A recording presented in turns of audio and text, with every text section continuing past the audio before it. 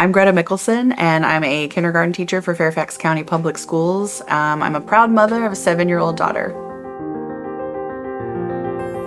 I lived in Falls Church in an apartment with a roommate and a former boyfriend, and unfortunately things became toxic and I needed to get out of that situation. I was pretty traumatized and very scared. The anxiety was literally kind of killing me. I was like losing hair and just like terrified, exhausted.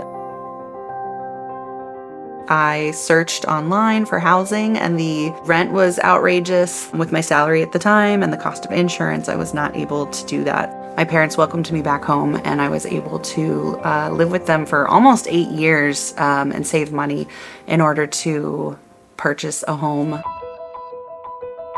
My name is Giancarla Rojas. I used to live in the beautiful building right there on the back, but I got priced out. My rent was going to be increasing by $1,000. I pay my mortgage every single month and it is 56% of my salary. The rent that I was already paying was 50% of my salary. And with the additional $1,000, that was going to be 80%. I had to move out of the apartment. Every month I pay my mortgage first, but I'm very anxious that I'm not going to be able to afford my groceries. I'm not going to be able to afford anything extra. I am terrified I'm going to rack up debts. I'm still going to pay my mortgage, but then I'm going to have other problems, you know?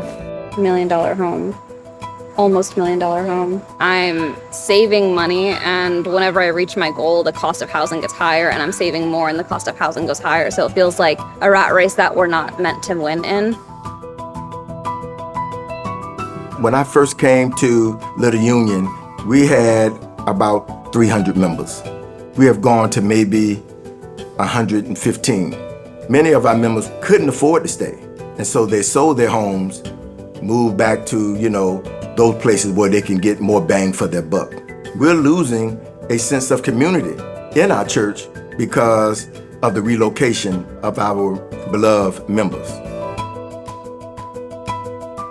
Teachers are not just educators, they're role models, they're mentors. Having a teacher that lives in the community and knows what's happening in the community is so important. After school tutoring, coaching, teachers used to do those jobs. We're losing that. We're losing those threads. These teachers can't afford to live in the communities where they teach.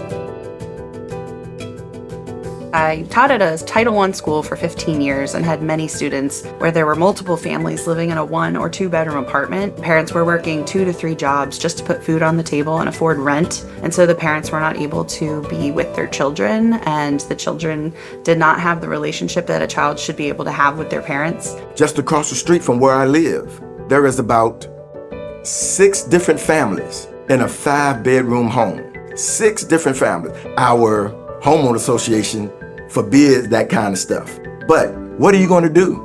People want to have their own, but they just can't afford it. In Virginia, nearly 300,000 families can't find a home they can afford. We simply don't have enough homes to meet the needs of today's families close to jobs, transit, and schools. Another option would have been to build a tiny house behind their house and feed off of their electricity and water, but Fairfax County has so many regulations on building that those are not options right now, and that should change. Our congregation dreams of building 90 affordable apartment homes for seniors, right here where I'm standing. At Clarendon Presbyterian, the financing was too hard. Zoning took too long, and there was not a predictable timeline. So unfortunately, our affordable housing project for seniors isn't going forward at this time. We are the future of Virginia. We are being pushed away. This is my community. This is where I'm rooted. This is where I was born. This is where I would like to stay, and I want to be able to afford to stay here. Hi, my name is Donna Budway, and I'm Emma's mom and communication partner, and we are here in her amazing apartment at Gilliam Place. I am a 28-year-old unreliably speaking autistic who fails to communicate. I am smart, funny, and a good friend. For Emma to move in here with her friends and have an affordable and inclusive living experience in a community that would get to know her and accept her was just kind of a dream come true for us. It should be easier for like-minded congregations to rally around innovative solutions for more affordable and inclusive properties like Gilliam Place. More faith communities should be able to do what they've accomplished here.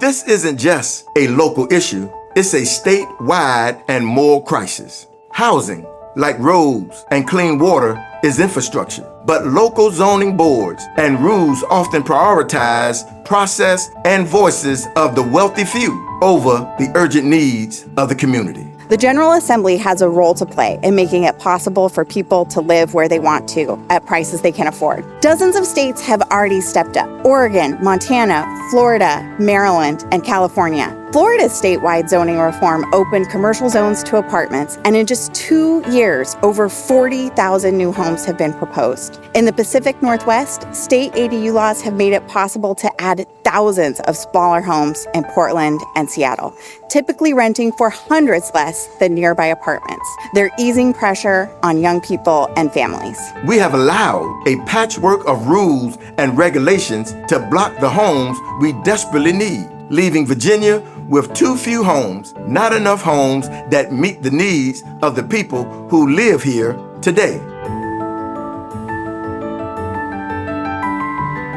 We need more than just single-family homes. Let's put up some townhomes, some tri-levels. I want it to be more affordable. I don't care what kind of housing it is. I want people to be able to live here, near where they work. This housing crisis that we have and the price of housing, it affects all of us. It affects everybody. Housing is a human right, and the Commonwealth should be leading in this important work and calling. Important.